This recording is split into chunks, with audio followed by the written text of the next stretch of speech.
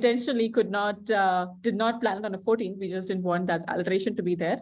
But definitely we wanted the sequence. So 14th BizKnight on 15th, and you can imagine what the date could be for 15th BizKnight, right? Potentially a 15th of a month. Well, I'm just kidding. Anyways, just to introduce you all to BizKnight, I'm sure many of you all have attended Hyderabad BizKnight before. This is an event that's hosted by ThoughtWorks Hyderabad, and it's a platform to bring together BAs, PMs, and product managers to ideate, collaborate, and experiment with new ideas and techniques to be disruptive, right? That's what we're all known for. How can we be disruptive and bring in positive value and change in our client's business? And therefore, in order to share the knowledge for give back to the community, and for us to all get together and co-create a robust community and learn from each other as we sip our evening coffee, tea, water, whatever may you prefer, and munch on some snacks, as we have also we have a great lineup of a talk today which will be presented by Sachin, who will be taking us through his fantastic talk that he has prepared for today. I'm sure it's going to keep you all glued to your seats. So a little bit about the talk, and then I will talk a little about Sachin Sapre, who is our speaker for today. And then I'll hand over the dais to him for the talk itself. So a little bit about Sachin's talk. Okay, so the COVID pandemic has induced permanent changes to establish ways of doing business. And digitalization, as we've all seen, and we only see it growing and we've already predicted, is no longer seen as an appealing option, right? It's not there to make us look better or make our businesses and clients look better, but we see that it's an essential adaptation for enterprises to survive and thrive in a digital-first world. Digital native companies, which were already giving established businesses a run for their money, through innovative digital product offerings based on disruptive business models, now find themselves in pole position, while the non-digital native traditional businesses are finding themselves scrambling to develop and launch their own digital product offerings in a bid to retain market share. So those who have adapted, who have observed, inspect, and adapt, as we say, are the two, the key buzzwords for Scrum in Agile. So in general, being digital native, adapting to digital, accepting digitalization as the new normal, as the change, is something which has worked very well and caused a lot of positive disruption in existing businesses and new business models. Whereas those who have been traditional and have taken a backseat and not really been open to taking on this change are now finding it hard and trying very hard to make those changes in order to retain their market share. So what do we do now? Now, is there a structured approach for finding and capitalizing profitable digital product opportunities? And what tools and techniques, which is where the meat for today's talk is, for folks like us who help our clients or our internal product teams day in, day out to bring in that kind of positive digitalization within our end consumers or within the company or within the product set that we are working with or within the user set that we are working with or the client org that we are working with. How do we bring in that change, right? What is our armor?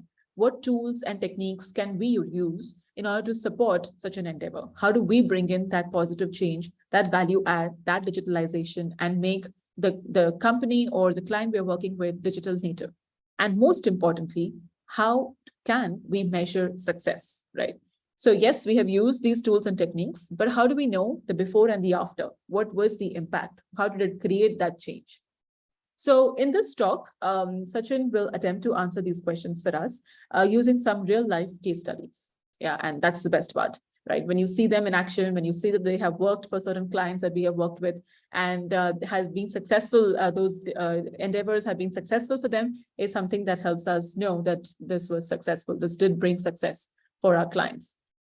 A bit about Sachin. Sachin Sapre is a principal consultant with the Customer Experience Product and Design, abbreviated as CXPD, service line at ThoughtWorks. He advises clients looking to generate new streams of digital revenue for their businesses by envisioning and launching innovative digital products, delivering highly differentiated customer experiences. And as you might have already guessed, he spent more than 2 decades, 20 years in product management, leading teams engaged in building B2B software products, solving mission-critical business problems in domains such as supply chain management, product lifecycle management, business intelligence, and customer experience management across a range of industry verticals.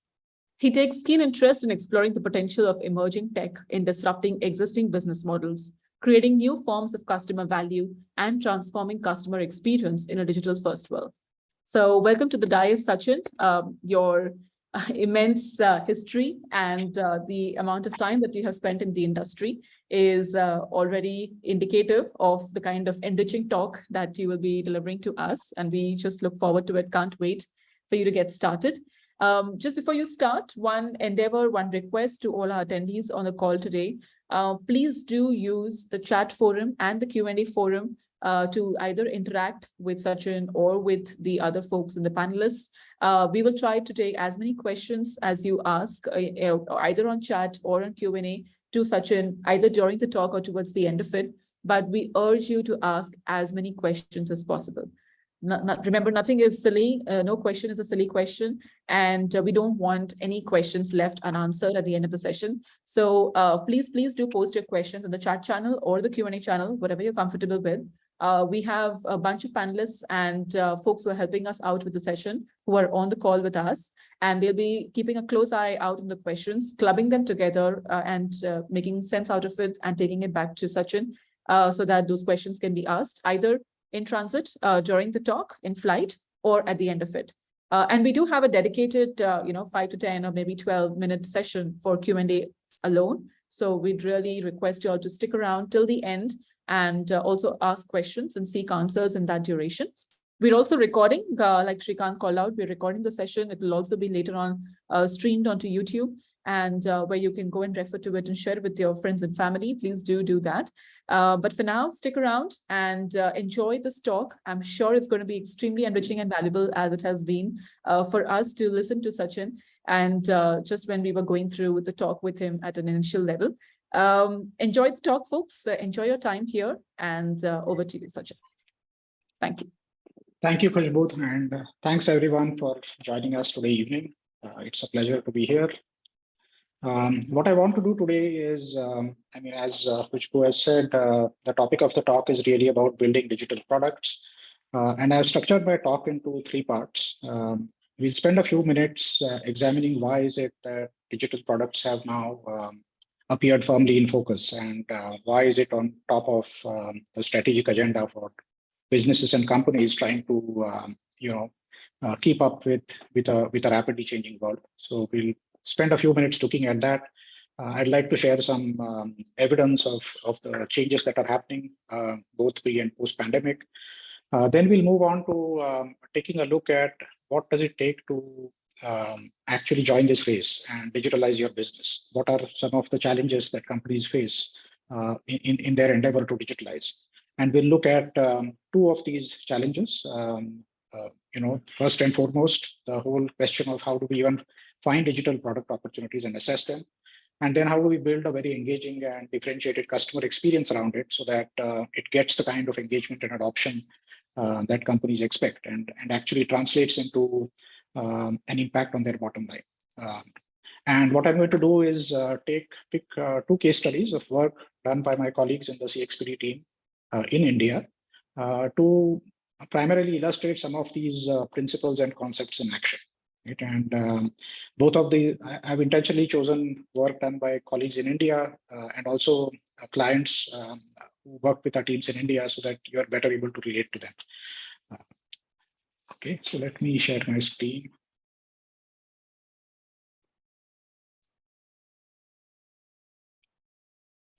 Okay, just let me know if you can be able to see this. Yeah. Yes, we can see the screen. Thanks, Sachin. Okay, so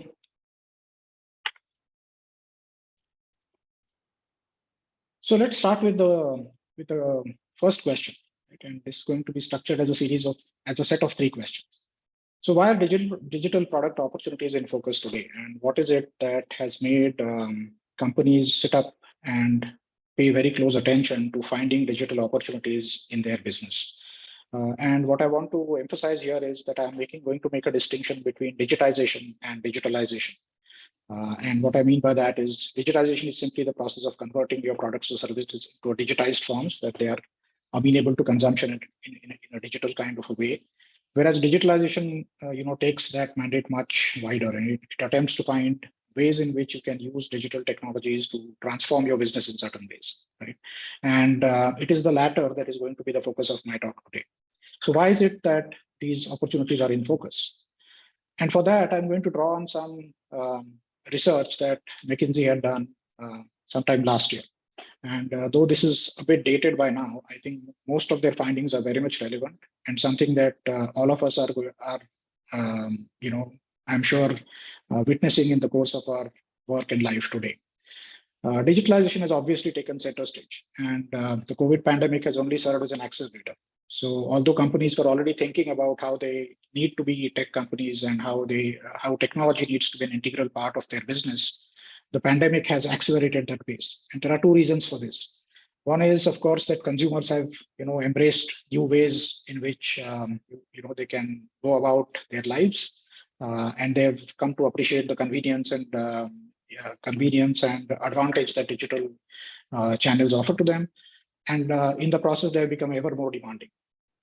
So which means that a majority of companies are now scrambling to respond to the changes in customer preferences. And what you see in the charts to the right illustrate this very clearly. So what McKinsey found last year, and they had done 2 rounds of these surveys. One just after the pandemic broke out. This was in mid 2020 or so. And then the results that I'm sharing here are from a survey that was done in 2021. This is after the first wave of the pandemic had ebbed. Companies had kind of stepped on the pedal, and they were accelerating some of the digital initiatives that they had picked up as part of their transformation. And what emerged during this survey that was done last year was that a majority of companies had started to believe that their business model needs to fundamentally change for their business to even remain viable into 2023 and beyond. And we are already into the mid of 2022. Right. And the other important finding from this was that is actually something that we have been advocating to our clients for a long time now, which is to say that technology has become an integral part of their business, and they are looking to use technology. If not become a tech company at core, the way we have been advocating, they definitely see technology as the primary way in which they wanted to differentiate themselves from the competitor. And this found the majority of the respondents. And just so that this survey was done across the C-suite, comprising over 140 odd respondents across a range of industries, regions, and even departments and functions. So it's fairly representative of the view that exists among key decision makers across the globe in terms of what digitalization means and why it needs to be on top of their agenda. So given this backdrop, I thought I'll take a look at what companies in India are doing, because after all, we have a lot of clients in India now, and some of them are already ahead of the curve in terms of embracing digitalization and keeping ahead of the pack. And what you see here is an extract that I pulled out of the annual report from Jubilant FoodWorks, which happened to be one of our clients, and whom I have been tracking for a while, because I really feel like they are doing several things right with respect to their digital strategy. And what you see here is how they've made digital and data strengths as one of the 5 main pillars of their strategy in growing their business and really outpacing their competition. And what you see here is that they have truly recognized that technology needs to be an integral part of their entire organization for them to be customer centric, for them to get an advantage, and like we saw in the previous slide, really use it as a differentiator to stay ahead of their competitors. But what does this mean? It's one thing to say that this needs to be part of their strategy. It's quite another to make that translate into bottom line impact on your numbers and on your results.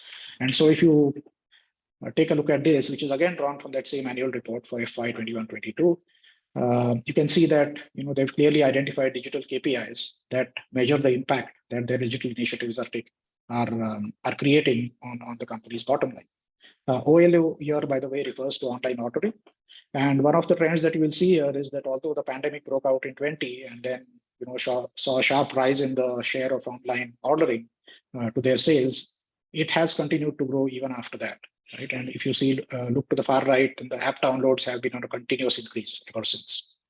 What they have said very clearly in their report is that they're making a lot of investments in order to build their own ecosystem and make sure that a dominant share of their orders come from their own online channels by investing and through their own assets which are built in-house. So this is one example of a company that has really embraced digitalization and is seeing the impact on their bottom line. The other instance I picked up was another client of ours, which is Axis Bank, which again has been on a digital drive for a couple of years, and some of our teams have worked with them in helping them make this vision a reality. And what you see to the left is some of the metrics that appear in their annual report, which captures the impact that several of their digital initiatives have created in terms of not just engaging with their customers and delivering a superior experience for them, but also having digital start contributing towards a major share of the revenues that they make. Right. And again, here are the KPIs that you will find in their latest annual report for 21-22. And the numbers speak for themselves. Right? 70% of saving accounts sourced through tab banking, 78% of credit cards issued digitally, 95% of new PPF accounts opened digitally, and so on. Right? So what this basically means is that digital is well and truly an integral part of their strategy, and they are on a journey where they are continually improving the kind of impact that digital products and the entire experience they've crafted for their customers is having on their financial results. With these two examples, I want to move on next to what businesses need to do. I mean, these are two examples of companies which have been very successful in their quest for digitalization and in making most of the promise that digital offers. But for other companies which are trying to, go embark on a similar journey, what are the three principal challenges? The first, obviously, is to find and assess product opportunities. So it's one thing to say that digitalization is something that you're trying to do. It's quite another to find the right sort of products and opportunities that will support this entire mission of digitalization. But finding and assessing the products is not enough by itself. I mean, as all of us know, for example, even in the banking example that I just gave you, almost all banks have very well-developed digital channels. All of them offer mobile apps for banking. A lot of banking transactions can happen online, and all of us are customers of one bank or the other. But there is little to differentiate one bank from the other. And so the second big challenge that companies face is to make these digital products stand out in the competition and build loyalty among the customers that they are targeting. And third, last but not the least, after having mastered these first two challenges or overcome these two challenges, the last one has to really do with the ability of the organization as such to be able to maintain and sustain these products over a period of time. So having launched these products in the marketplace and acquiring customers, engaging them, and having them adopt the product, how do we put in place the organization, the tools, the processes, and more importantly, the right sort of mindset for companies to become successful at what they're doing. So that is the third challenge. And so what we're going to do is look at each of these, and I'm going to focus on the first two challenges because those are of interest in our talk today, and support them with two case studies, like I said. I've picked these case studies based on the work that our teams CXPD, that my colleagues within the CXPD team have done in India. And hopefully you'll be able to relate to the names and also the situations that they present as we go along. Okay, so let's look at the first challenge. How do we find these digital opportunities? And is there a structured way of doing that? If I am, for example, a company that is just embarking on this journey, how can I go about doing this? And is there a repeatable and reliable way that is available for me to try some of these things out? And my first response to that is something that I have been advocating for some time, and this slide kind of captures it. I make a distinction in two ways of doing this, right? So I believe there are two fundamental approaches. One is what I'm calling inside out, which you see to the left, and this is all about discovering customers for products. Historically, this is an approach that has been favored by some of the digital natives or the tech firms, which have had some access to either some sort of a proprietary technology or some unique ways of solving problems for which they were looking for customers. And some of you might kind of map this to the traditional customer development approach or the lean startup approach.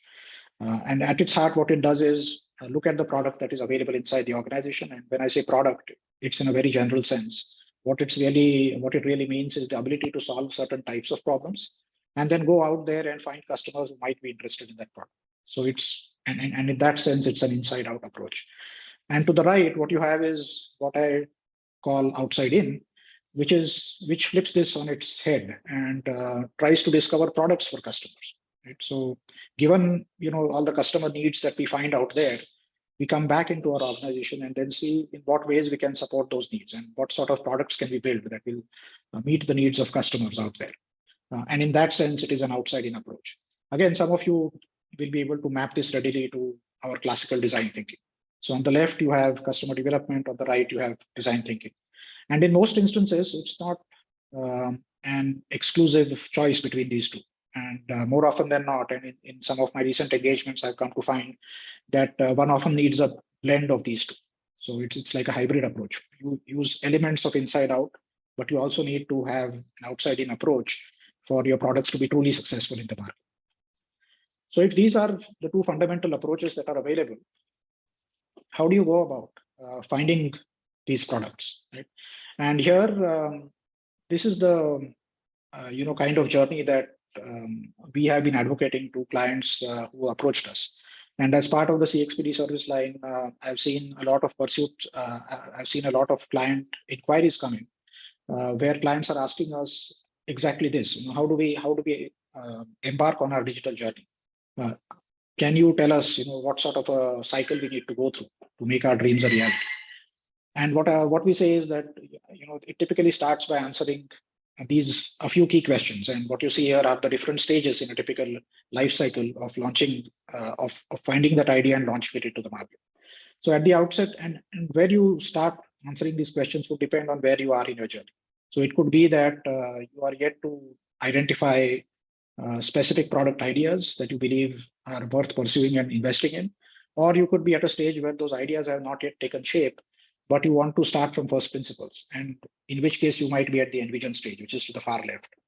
So assuming you're starting at that end, the very first question you need to be able to answer is very clearly is what the strategic objectives for your business are. And these could be articulated either in terms of the kind of growth that you want to achieve, in terms of revenue. It could be the kind of impact you want to create on customer experience. It could be about operational efficiencies and so on. And that naturally flows into the next stage, which is the exploration stage, which is all about finding the high value opportunities, right? So what business levers have the potential to create the desired impact? So if the goal is to be the cost leader, in what ways can digitalization support improving your operational efficiencies to reach there? Or on the other hand, if it is about customer experience, then what parts of your customer experience do you believe are going to create the most bang for the buck? Having answered that question, you reach the next stage, which is the third stage about generating digital product ideas. And here, this is more of a brainstorming approach, where you use the insights that you have into the needs of your customers and come up with product bets that can create or enhance value for them. And then you move on to the validate stage, where some of the ideas that you come up with need to get validated. This often ends up with what we call the problem solution fit, which is to say that customers not only accept that this is a problem, that the problem you're trying to solve is a high value problem, but also that the solution that you're offering does solve that problem and they would be happy to use it. And then finally, getting past this stage to the launch phase, where you eventually come up with an MVP that not only establishes the problem solution fit, but the product market fit, which is to say that your product is not only capable of solving the problem, it has a market out there and people are willing to pay for the solution. And from there on, you scale the product. So these are the first set of questions that you need to answer. And after having done that, we advocate adopting a very experiment-led iterative approach to going through these cycles. So at the envisions and the activities that you see listed there are typically the ones that are suited for what we're trying to do. So in the context of an envisioning exercise, a workshop is the most appropriate format. If you are at the ideation stage, it's a mix of workshops and research. If it is at a validation phase, it is all about forming hypotheses based on the ideas that have emerged out of your research and workshops, and then designing lean experiments that will let you test them. And then finally reach the build stage where you actually build out your MVP and test it with the target set of customers that you have in mind to achieve your goals. But again, running activities, coming up with hypotheses, designing experiments, and all of that is not going to help unless it's going to in some way help mitigate risks that exist at each stage in this journey. I mean, of course, the risks carries a slightly negative connotation, and so what we've often been saying is that one can also look at this as a way of building confidence in the potential and the merit of the ideas that you're trying to bring to the market. And so if you see here at the bottom, what I've tried to capture is what sort of risks typically get mitigated at each stage in this cycle. So at the envisioning stage, it is basically making sure that whatever you're trying to come up with is not misaligned with business goals. Or at the ideation stage, it has entirely to do with value. Are customers seeing value in the kind of ideas that you are proposing to them? At the validation stage, it is about making sure, not only making sure that customers value the solution that you're offering them, but also that you're able to that it is technically feasible given the kind of technology that you intend to use, and it is usable as well. And it is the classic intersection of feasibility, usability, and viability. And then finally, at the launch stage, you have all of this plus an added element of viability, which makes it commercially possible for you to launch it into the market. So that's what we want to do.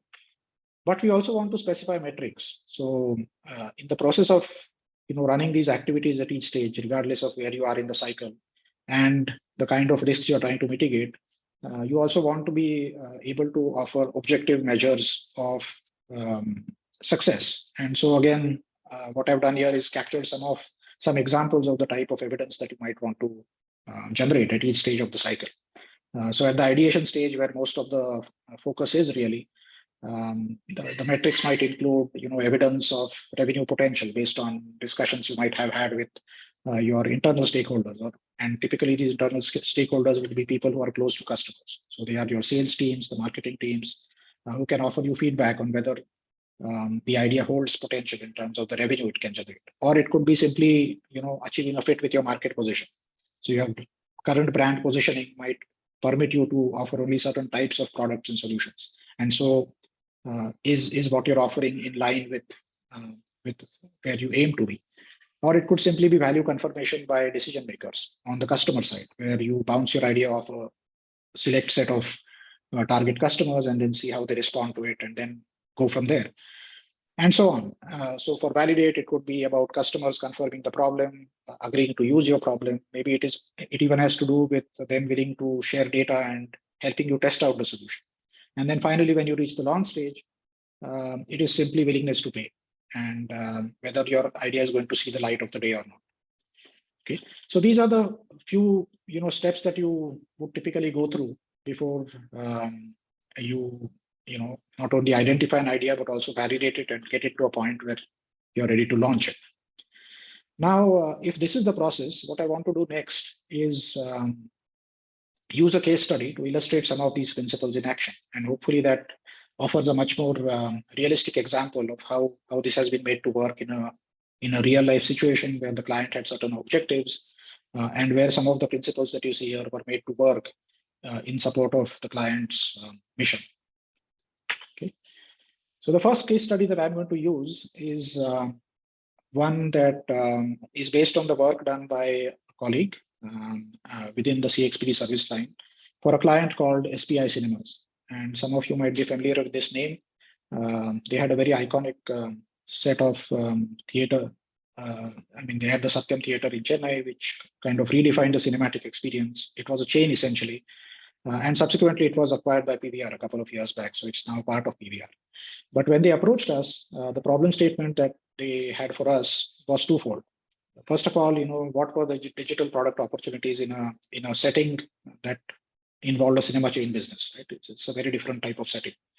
And then more importantly, what can be done to improve the overall customer experience by offering, and this was one of the ideas that they wanted to pursue, ordering food through digital channels. So they already had an app through which customers could make bookings, and they were looking to see if that app could be used to, add additional streams of digital revenue. And at the end of the engagement, the outcomes were pretty impressive. We were able to drive up the digital contribution from 1 to 10%. There was an increase in the average bill value through group buying behavior, and we'll come to this in a moment in terms of what exactly this behavior was. And then as a corollary, it also helped improve drive operational efficiencies, which helped them, compress the overall cycle that was involved in, not only accepting orders, but fulfilling them and delivering them to customers so that the wait time was reduced. So this is the case study we are going to quickly look at. This, by the way, is happened a few years back. But it all started with, getting insights into consumer behavior. So there was an attempt made to understand what are the drivers that really prompt people to either order or not order food through a digital app. When we worked with them, interviewed users and looked at the data, there were a few key learnings that emerged out of that exercise. And those learnings are what you see captured there. So, for example, some users came back saying that the reason they cannot order through food through the booking app is because they can't plan in advance what they would like to have. Right? I mean, after all, it depends on your mood and your what you really want to do on the day of the show.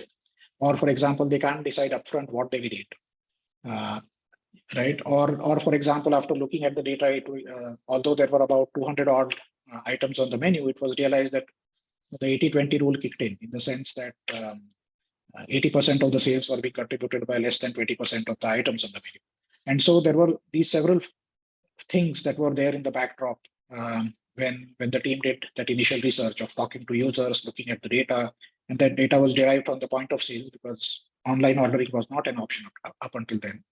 And then also tried to look at both of these in the context of the outcome they were trying to achieve, which is really trying to find an additional channel for driving digital revenues in a cinema setting. But the conclusion at the end of this user research was that food is not food has a lot of emotional connotations. I mean, it's not a transaction like booking a ticket. And so solving for this problem will require more than just offering convenience through a mobile app. It has to tap into something that consumers truly value and at the same time be consistent with the overall experience that was being offered in the context of the cinema. And so after doing this, after spending a lot of time unearthing these insights into what drives consumers to use or not use digital ordering for food, a set of ideas emerged, again in the context of the existing app. Some of those ideas were qualified based on parameters that were of interest. So, for example, the overriding concern was not to degrade the overall customer experience at the cinema by coming up with any ideas that kind of intrude into that experience. And then, but all of this was to be tested using experiments. And this is where that experiment-led approach that I was referring to earlier really came to the fore. And what you see here are a set of some of these experiments that were run in an effort to drive the sort of behavior that the team wanted, which is to encourage people to order food through that mobile app, which was used to book cinema tickets. So one experiment, for example, had to do with re-engineering the menu and making sure that popular categories showed upfront and were at the top of the list so that it was easy to order. The assumption here being, of course, all of these experiments were at their heart, testing assumptions around what might drive the sort of behaviors that the company wanted from its customers. And so this was an attempt at making it easier to order food by bubbling up the popular items to the top. It did quite work. The other thing they tried was to involve customers in the process of building their dish, something that most of the QSRs, for example, let you do. And so this experiment was all about food customization. This didn't have the desired effect either. The third approach that was tried was to actually make customers aware that they can actually order food at any time. Because one of the things that the team had observed in the prior user research was that not many customers were aware that food could be ordered even after they had reached the cinema and occupied their seats. So this was all about pushing notifications to them and then seeing if it yielded the sort of behavior that the team had in mind. Again, it wasn't very successful. The fourth experiment that was tried was to really offer QR codes and then let customers scan these QR codes within the cinema hall and then use that as a trigger to launch them on this journey of placing their order and eventually having the dish that they had in mind. Again, this didn't quite work. And then the last experiment was somewhat radical. I mean, the first four were essentially tied to the mobile app and variations in terms of what sort of triggers could be used to drive consumers to order food digitally. But the last one was was not really mobile related. It was related to kiosks, and they already had these kiosks in the cinema hall. And so the plan was to make use of these kiosks a bit like you see you must have seen during the peak of the pandemic, where without any contact you could make your choices and then walk away, and then the order would be delivered to you. And that in fact turned out to be the winning idea. But each of these experiments produced their own set of results, and the team tabulated this. So the first one that you see there, for example, had to do with reducing the paradox of choice by making sure that the menu was short. It included only those items that were popular among patrons of the cinema chain, and then seeing if that produced results, which you see in the last column. And that didn't really quite, push the needle to the extent that the team wanted to. And so each of the, I'll let you read through this, but each of these really are the results that emerged out of the experiments that were run, based on a specific insight that was obtained during the research that happened upfront. And the last two rows really talk about that kiosk-based experiment, which seemed to be the winning experiment. I mean, to begin with, they used the physical assets, which were the kiosks, for ordering. And they noticed that that seemed to work because the average bill value did increase. And this was a sort of a NSM that they were using to gauge the success of this initiative. But what they noticed, interestingly, is that the placement of the kiosks mattered. And if these were actually mounted close to the food lobby, then they could move the needle even more than by just offering an ordering option based on these kiosks. And so this sort of an experiment-led approach is what really helped crack the problem. I mean, the original business objective was to open up a new stream of digital revenue. The constraint was to not use techniques or methods that would encroach upon or kind of take away from the overall customer experience of enjoying their outing at the cinemas, but at the same time make sure that food as one of the sources of that additional digital revenue can be made an integral part of the cinema going experience. And so this is one example of how the team went about trying to implement the approach that we just discussed. So at its heart, what was done really was to make sure that the solution that the team came up with was co-created to the extent that the team worked very closely with not just customers by making sure that they had the insights in hand, but also the food and beverage staff, which were part of the cinema chain, in making sure that both these teams were able to support each other in making the solution a reality. And by the way, in that last frame, you see Ramni there with the chef's cap. He's the person who drove this engagement and made it a success for the client. Okay, so before I jump to the next segment, where we are going to look at the second big challenge that companies have to overcome before they can be successful in digitalization, I'm going to take a pause and then see if there are any questions.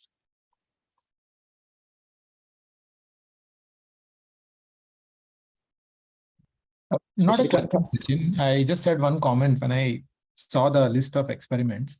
For example, whenever you go into a movie theater, you might not have the best of the mobile signals, all the internet speed.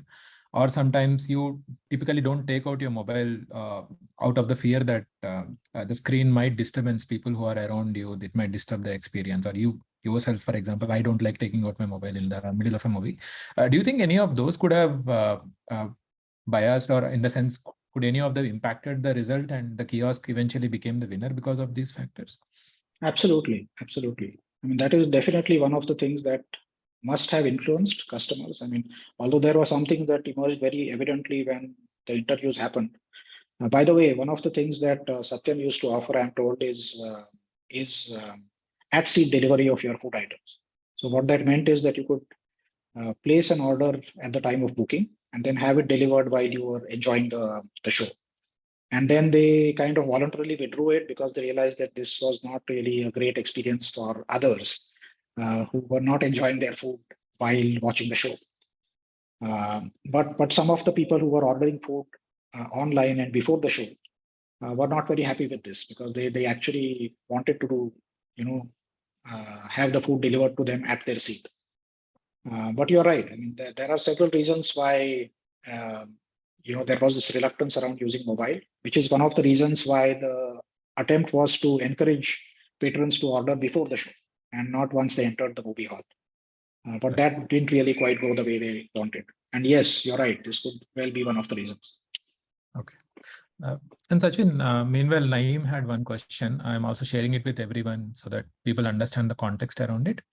So here in this case, we talked about certain experiments. So the initial set of experiments failed and we finally have a winner, right?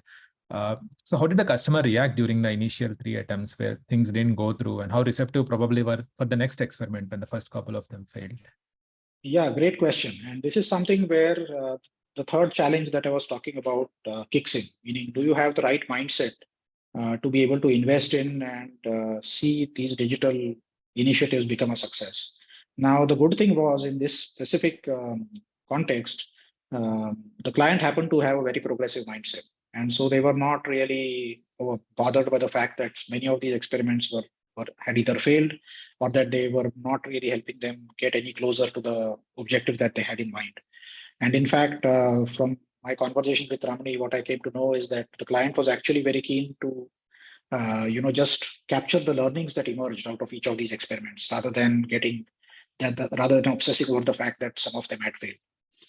So having the right mindset is as important as your ability to run these lean experiments and learn from them for making these sort of initiatives a success.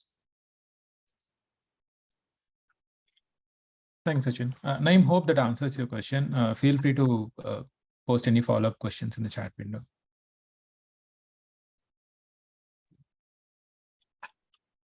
All right. So then what I want to do next is, talk a bit about the second big challenge that companies face. I mean, it's one thing to spot that right product idea, have it take shape, run these experiments, validate it with customers, possibly launch it. But even after that, engagement and adoption is not a given. And as all of us are well aware, I mean, especially post-pandemic, there is a plethora of products and services available for every imaginable need, and you can pretty much do everything online. So how do you make yourself stand out? And what sort of unique digital experience can you come up with to make sure that people prefer your solution as opposed to something else? And this is particularly important in the context of any sort of a digital solution, because any alternative is usually only a click away, as all of us again are very well aware. And so what does it mean to build this sort of a unique customer experience, especially in a digital first world? And there are 4 things that are particularly important. Again, nothing new, something each of us would be only acutely aware of, especially with the kind of online options that are available to us today. The first is, of course, instant gratification. Everything, and customers expect everything to happen in an instant. And it could range from ordering food to booking a ride to booking an accommodation, maybe traveling somewhere, booking a holiday. It could be anything. And the important thing is to have that instant gratification and be and get this feeling that one's need or a desire for a particular product or service can be fulfilled instantly. The second one is being present in the moment. And what I mean by that is, having, while you're thinking about it, there have to be options available for you to make a purchase.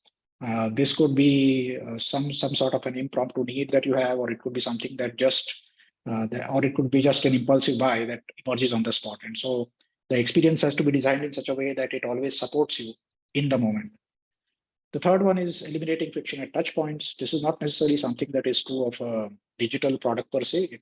It's equally applicable even in a physical setting, but becomes even more important in a digital context, again, because of the need to differentiate and make sure that customers are not put off by the lags or delays that inevitably happen if you're trying to purchase something.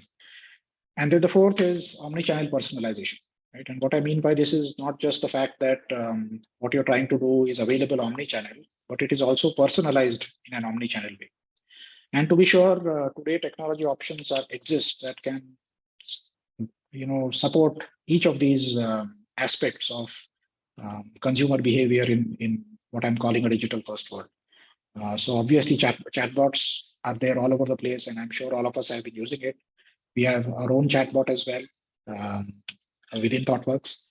The aim is to offer 24/7 support, cater to this need for instant gratification, having responses on demand, but equally being present in the moment.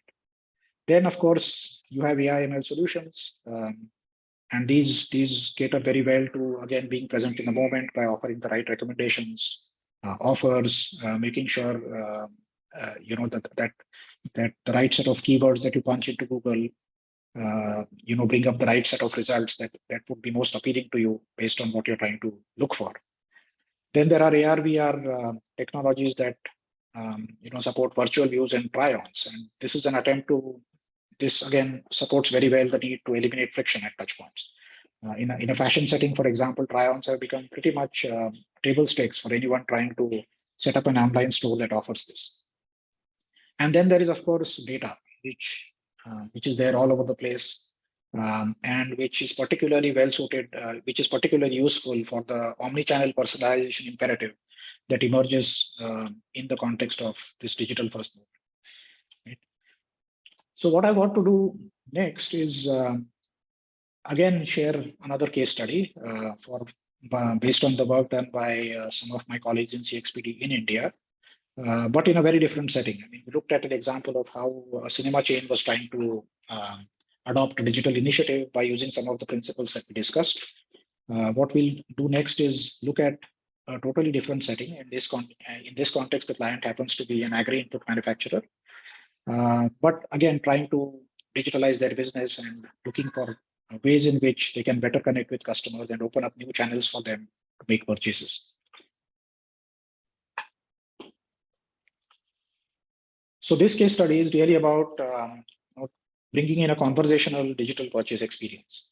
And while it has elements that also overlap with the previous segment that I had around finding and assessing product opportunities, the focus of this particular segment of my talk is really on building the right digital experience that will complement the product that one is trying to build. So yeah, like I said, this client is a manufacturer of fertilizers. They had already launched several digital initiatives for farmers, and they were looking to expand their reach.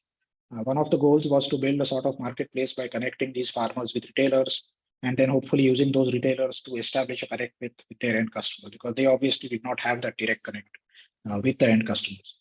And when they approached us, they had, again, two sets of problem statements. One was, how might we create a marketplace to strengthen the relationship between farmers and fertilizer retailers? Because fertilizer retailers were, after all, the ones that they work with in a B2B kind of a setting. And the second one was to do with how might we increase fertilizer sales by offering a differentiated customer experience through emerging digital channels. So again, this was an effort to actively look for digital opportunities and use digital channels as one of the means by which they could reach out to consumers and help push the sales of their products. At the end of the engagement, the results were pretty impressive. About 100 odd retailers and about 4,000 farmers were onboarded within a month of the launch.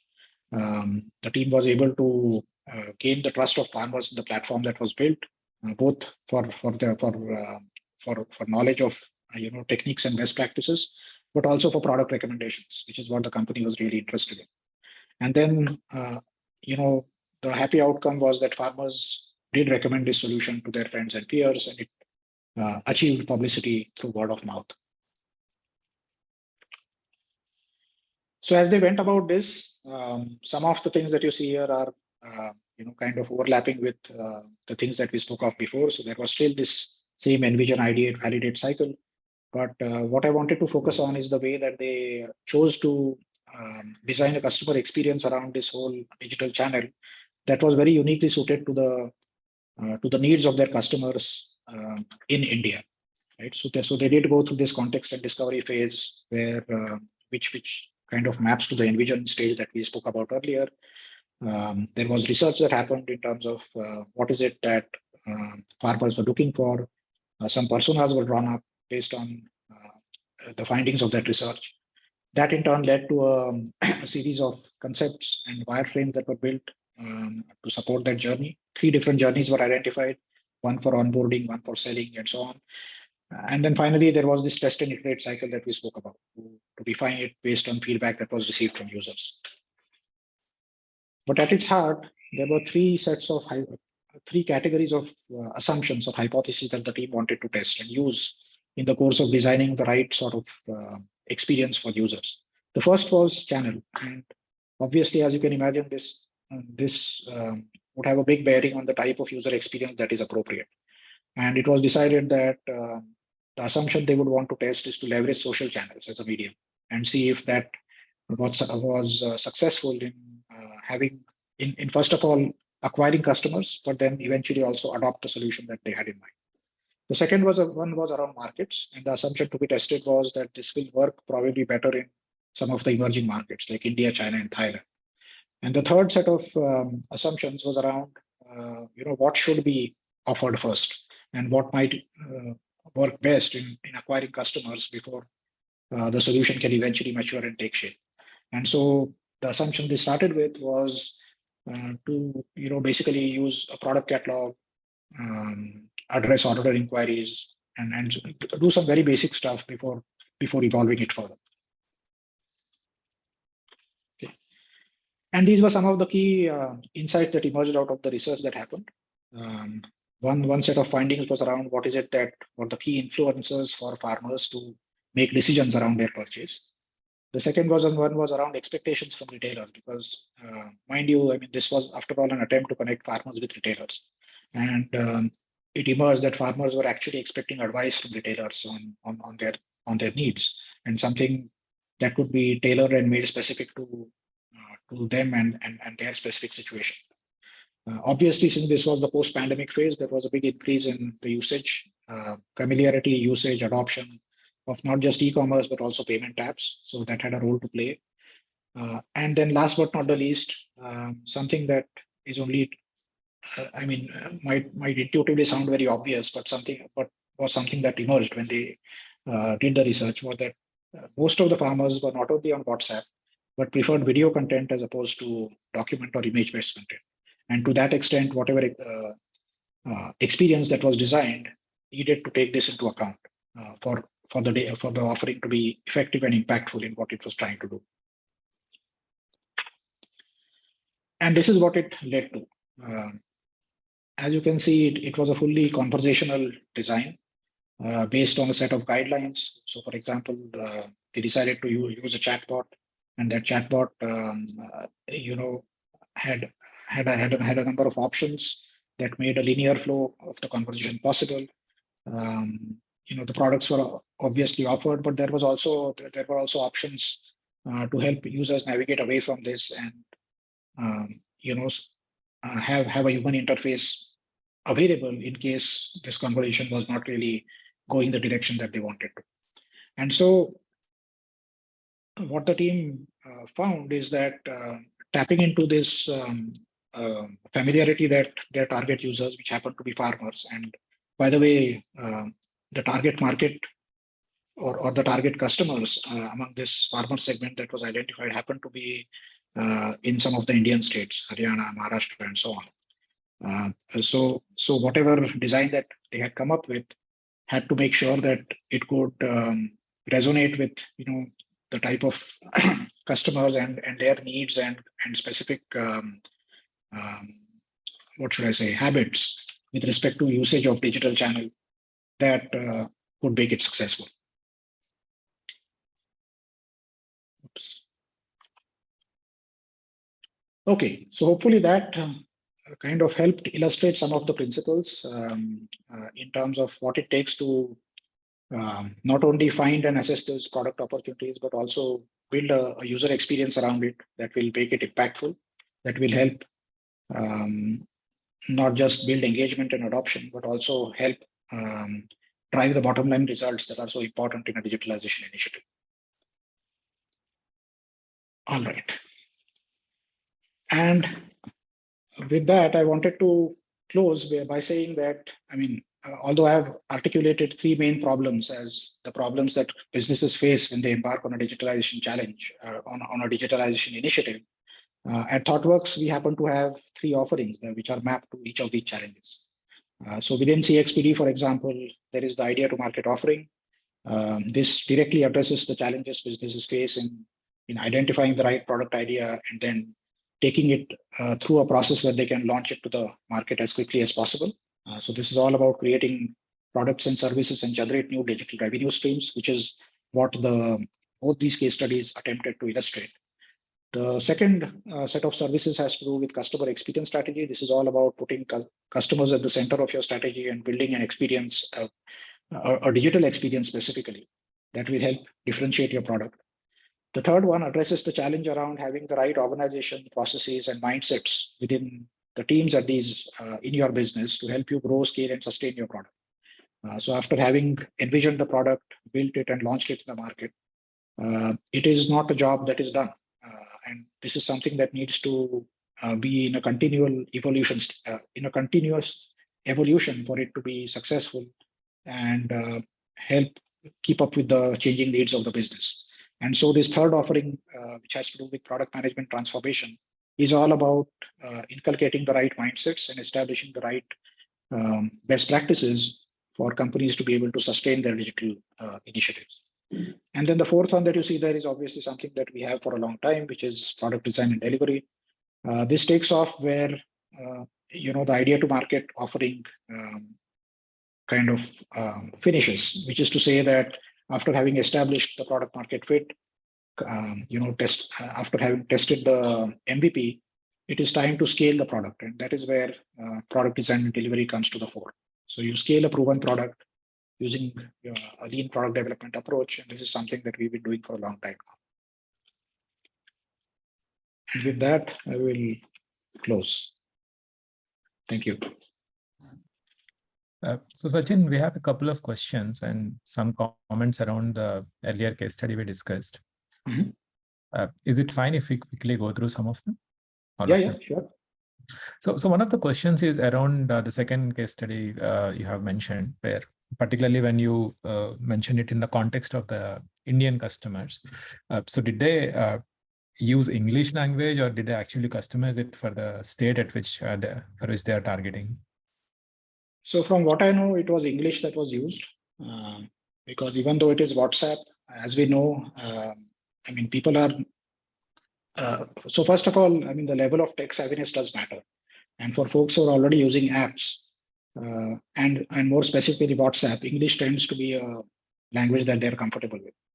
And of course, we have variants like English and so on. But from what I know, English was the one that seemed to work. Okay. Thanks, Sachin. I know it was an anonymous attendee who asked this question, but whoever asked this, hope that answers your question. Feel free to type any follow-up comments you might have on it. And the second question, Sachin, is from Naeem in the earlier case study about SPI. So in this context, we have the customer who had the right mindset and willing to experiment. But the question here is more around how do we make sure that the customer had that right mindset and they're willing to experiment? What if we run into a customer who do not have such kind of mindset? What can we do to drive? Yeah, so that is again this is exactly the thing that is addressed partially by the product management transformation offering that I was talking about.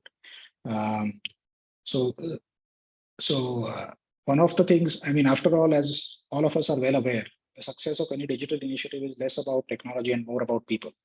And so unless there is a recognition that a change management initiative needs to run in parallel with a digital transformation initiative, these things are not going to be successful. So I don't know. I mean, did that address the question? I guess the question was about what can be done about it, right? Yeah, how can we make sure that the customer has the right mindset and willing to experiment? So that can only emerge through a change management initiative, and which has to be positioned alongside whatever initiatives are being planned as part of digital transformation. So in some of my earlier engagements, I've seen this happen very actively, as part of the proposal itself, the pitch is not just for funding this digital initiative, but also funding a change management program to run alongside, with the implicit recognition that the former is not going to succeed without the latter. Right. Naeem, that I hope that answers your question. And there are a few comments, Sachin, more than questions. Some thoughts around why the kiosk would have been the winner and why the other approaches might have failed. But these are again the thoughts from the attendees around those winning experiments and failed experiments more than the questions. I think that sums up all the questions we had. Kushbu.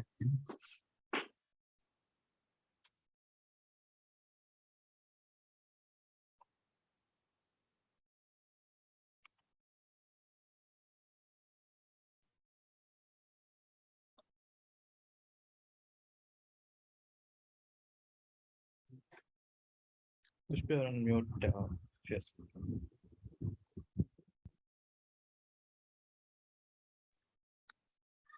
Hey, sorry, am I audible now? Yes. Yeah. Okay. Yes, I didn't realize I had hit the mute button in between. All right, so yeah, thank you so much, Sachin. For sure, as you can see from the comments and the questions, that people are loving the case studies, and especially about the cinema, right? So when there were few experiments that did not work out very well, how did the client react, and how did we go about talking to the clients about the big experiment that worked, right? And how did we go about experimenting continuously despite not having some which worked out? So, and there are more and more questions coming in, but Shrikant, we've addressed all questions, or are there anything pending on chat? Are we all good? Yes, Kushbu. The rest of the comments were more around the thoughts from attendees on why certain experiment worked and why certain experiment has failed. Correct. Yeah, on all of them, right? On all the case studies, there have been a lot of questions in the experiments. So yeah, thank you so much, Sachin. The talk was definitely interesting, very enriching and exciting for us to hear real life case studies by real colleagues, right? So if anyone would like to know more on chat, especially, and who are as part of the meeting, if anyone would like to know more about these case studies, please do reach out to Sachin. Feel free to reach out to him offline. At the same time, I would request you all to please submit your feedback so that we can keep bringing such exciting content for you all in future editions of BizKnight. Having said that, thank you so much for sticking around, staying till the end. Really appreciate giving us your evening, folks, at least an hour out of your evening. And I wish you all a great evening ahead, Sachin, all the panelists, as well as all the folks who have joined us and attended the event. Thank you so much for joining in, and stay tuned for updates.